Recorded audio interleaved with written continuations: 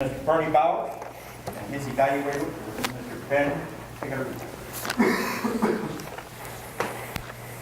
His objective was... Come on down. People don't listen, that's the problem. Thank you, sir. It's a speaking organization. Not a listening organization. I turn red. Objectives. Select a speech topic and determine its general and specific purposes. Organize the speech in a manner that best achieves those purposes.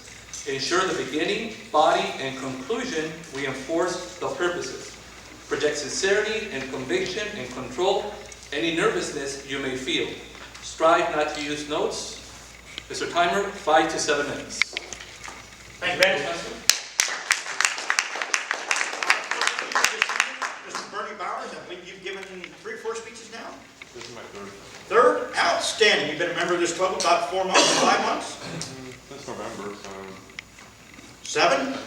Working on hard. Our first speaker of the evening, Mr. Bernie Bowers.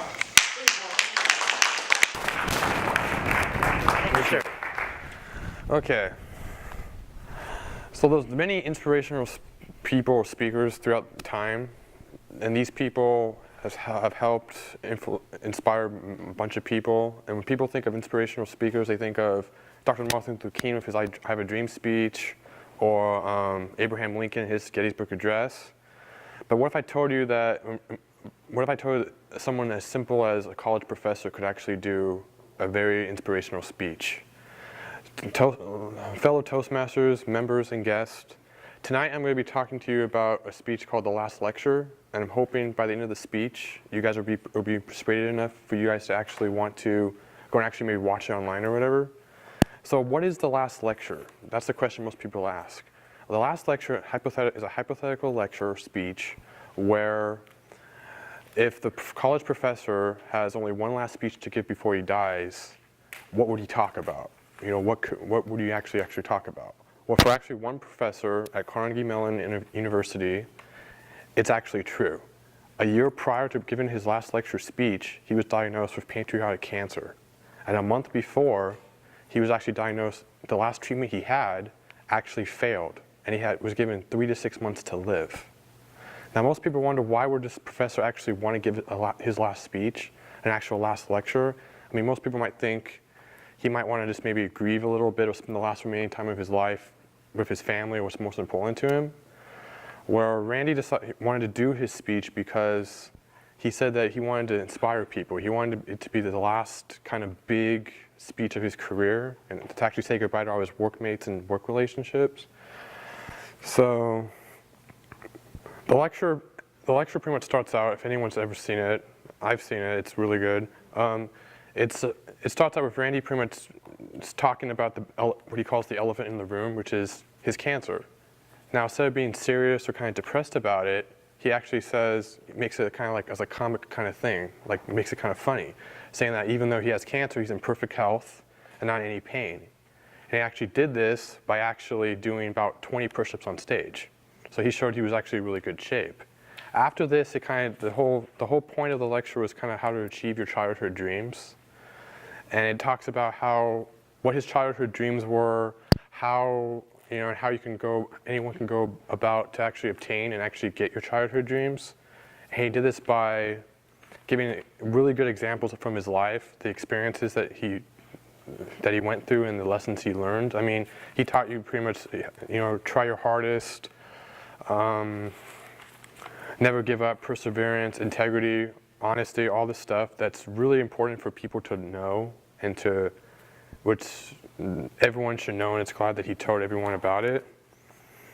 So I think another thing about why people should watch it, not only because it helps them obtain people's dreams, I think another good reason, especially if you're Toastmasters, it's a good example of an inspirational speech. There's many elements inside the speech that actually that shows how you can inspire your audience. I mean, it has a good opening, a good closing. It has, he talks about a personal thing, which is like very emotional for him, and he was able to talk about it, which helps connect to that, helps him connect to the audience, which is also really good. It's just good for Toastmasters. Now, The video, all lectures were posted on YouTube. All lectures were videotaped, and they actually posted the video on YouTube, and it's been on for like 3 years now, and it has over 13 million hits, and counting from this day. Which means over 13 million people have actually watched this lecture and actually have been inspired by it. And I actually read a comment on YouTube talking about this guy who was in medical school. His professor asked them why they want to become doctors.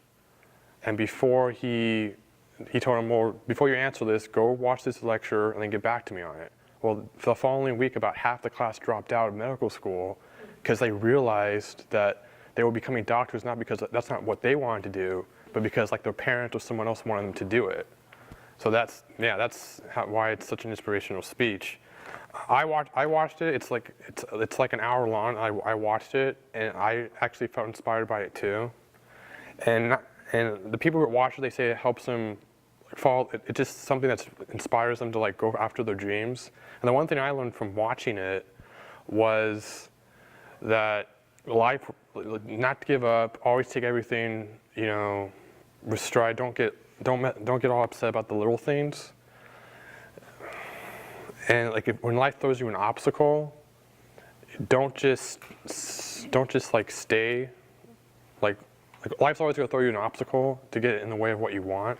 And instead of just backing off from it, you have to try to move through it or work through it. Because if you don't work through it, you should always never stop for something that you want.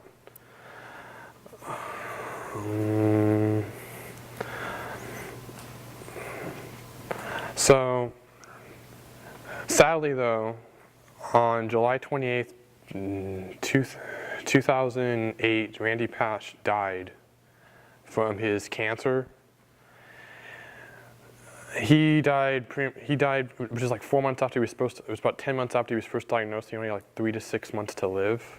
So he lived a little bit longer than what they said. And he said that the whole reason for him that he did the speech was because he wanted it for his kids. He wanted to leave something behind for them to live on, and he wanted them to achieve their childhood dreams. But not only that, but he ended up inspiring like millions of people along the way. And so I think everyone here should at least watch it, or at least get interested in like looking at it. I mean, it's about an hour and 17 minutes, hour and a half long. But like if anyone's interested, if you go on YouTube, type in the last lecture, you can actually see it. Or you can actually have a website called www.lastlecture.com. And if you go there, you can actually watch it on there too. And there's also actually a book you can actually read too, which is like a New York City bestseller. But I think everyone here should at least watch it, or at least watch it, or maybe read the book or something, because it's definitely something that can really affect your life and teach you how to obtain your dreams and just to follow your dreams. Thank you.